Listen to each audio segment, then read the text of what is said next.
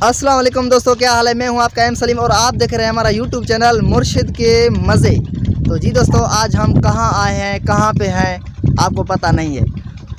Sorry दोस्तों, हमारा जो है उर्दू थोड़ा सा कच्चा है, हम सिंधी में बात करेंगे। हाँ तो दोस्तों, असां आज मिर्च जो फसल घुमण आयो हिते आया हूँ बनी ते निकिरी। घर में भी वांद का ये कमकार कोने हींअर माशाल्लाह। कणक जो भी सीज़न अची वियो आहे, कणक छटनि था, माण्हू हिते फसल कनि था। हे पानी बीठो आहे बनी में। असां हिते आया आहियूं, अॼु हिकिड़ो हमरा वठी आयो अची हल बनी ते घुमी फिरी अचूं। घर में वांदो वेठो आहीं, सो मां बि सोचियो यार वाकई मां बि घर में वांदो ई वेठो आहियां, भला कुझु माना घुमी फिरी अचूं, ॿाहिरि जो हवा वठी अचूं। घर में वांदकाई में ईअं वेहण बि सही ना आहे, सॼो ॾींहुं वांदकाई में सही ना आहे। सो हे हिकिड़ो दोस्त आहे वठी आयो आहे हिते, उन सां तव्हांखे मिलायूं था। हवा छा थो करी सही झंग था कढो असां। ए छा जो फसल की छा है मिर्च माशाल्लाह आहे, बोर जो इलाको आहे माशाल्लाह। पानी हाणे आयो आहे। हाँ तो शुक्र अल्हम्दुलिल्लाह, हाणे फसल कयोसीं।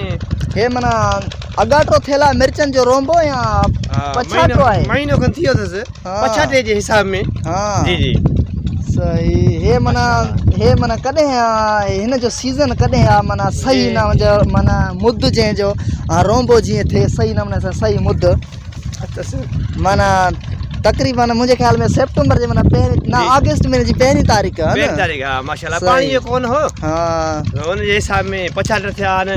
माना सिंध में पानी जी कमी आहे माना सदाईं माशाल्लाह। हाणे कुझु थिया आहिनि बूटा। अल्लाह मालिक कमाईंदे कमाईंदे बापू पोइ असांखे बि पोइ ॾींदे इंशाल्लाह माशाल्लाह। अल्लाह ख़ैर करे विराए खाईंदासीं। अल्लाह मालिक सदा इहो आहे हमरा। हे महिनत कई, एतिरो फसल कई मिर्चनि जो। हे ॾिसो हिकु ई मिर्च अथव हिते, कुझु वाङण बि आहिनि, कुझु धाणा बाणा, कुझु टमाटा, कुझु बसर, इहे मिक्स थियल आहिनि।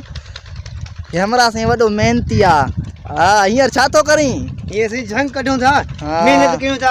मेहनत कर माशाल्लाह। मेहनत कंदासीं त इंशाल्लाह फ़ाइदो वठंदासीं। मेहनत न कंदासीं कुझु बि न आहे। हक़ीक़त जे हिसाब में हक़ीक़त अल्लाह ख़ैर करे।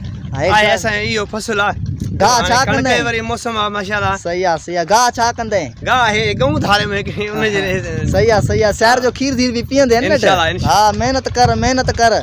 सियार जो नेट खीर पींदे न नेट, ढगी कोन धारिंदे। ढगी धारे तो लाज़िम खीर जो भी उम्मीद थींदई न। इंशाल्लाह अल्लाह ख़ैर करे। विराए खाईंदासीं खीर। अल्लाह मालिक आहे। तो दोस्तों ये था हमरा जा हाल हवाल।